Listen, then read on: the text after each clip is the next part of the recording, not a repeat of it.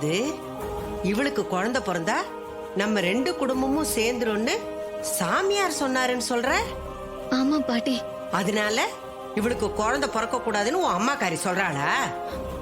இல்ல பாட்டி, நான் குழந்தைய பெத்துக்க கூடாதுன்னு அம்மா சொல்றாங்க. அதனாலதான் இன்னைய வரைக்கும் அவங்களுக்கு தெரியாம மறைச்சு வச்சிருந்தோம்.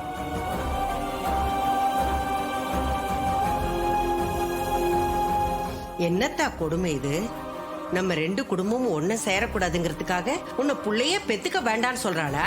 அவ உன்னை பெத்தவ தானே, ஏன் இப்படி மனசாட்சி இல்லாம பேசுறா? பாட்டி, எங்க நிலைமை யாருக்கும் வரக்கூடாது பாட்டி. எங்க சந்தோஷத்தை வெளியில கூட யார்கிட்டயும் சொல்ல முடியல பாட்டி.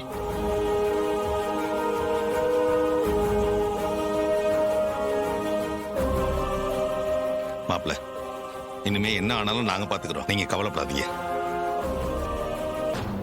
உன்னை புள்ளையே பெத்துக்க கூடாதுன்னு சொல்றான்னா, அப்படின்னா நீ 3 மாசமா இருக்கும்போது உனக்கு கொடுக்க வேண்டிய பச்சளை மருந்த உன் ஆத்தாக்காரி உனக்கு கொடுத்திருக்க வாய்ப்பே இல்லையே.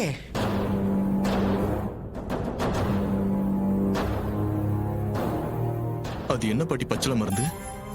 பொண்ணு கர்ப்பமா இருந்தா அவளை பெத்த தாயி 3வது மாசத்துல இவளுக்கு பச்சளை மருந்து கொடுக்கணும்.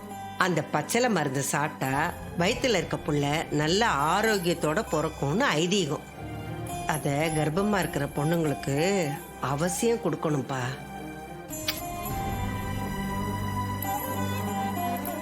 பாட்டி, நீங்க சொன்னதை கேட்ட உடனே எனக்கும் அம்மா கையால பச்சளை மருந்து வாங்கி குடிக்கணும்னு ஆசையா இருக்கு பாட்டி.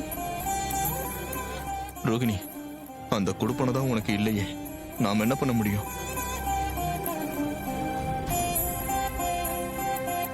பாட்டி, அத்தை தானே பச்சையில மருந்து கொடுக்கணும், அவங்க கொடுப்பாங்க.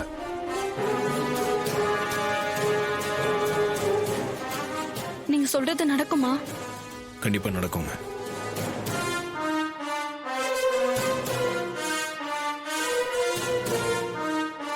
சகல, அத்தைக்கு தெரியாம இவளுக்கு எப்படி அவங்க கையில பச்சளை மருந்து கொடுக்க முடியும்? எல்லாம் முடியுங்க. பாட்டி சொன்னாங்கல்ல, உங்க குழந்தை ஆரோக்கியமா சந்தோஷமா வளரணும்னா மருந்து கொடுக்கணும்னு. நமக்கு அதாங்க முக்கியம். நீ சொன்ன மாதிரி நடத்தி காட்டுவேங்கிற நம்பிக்கை எனக்கு இருக்குப்பா.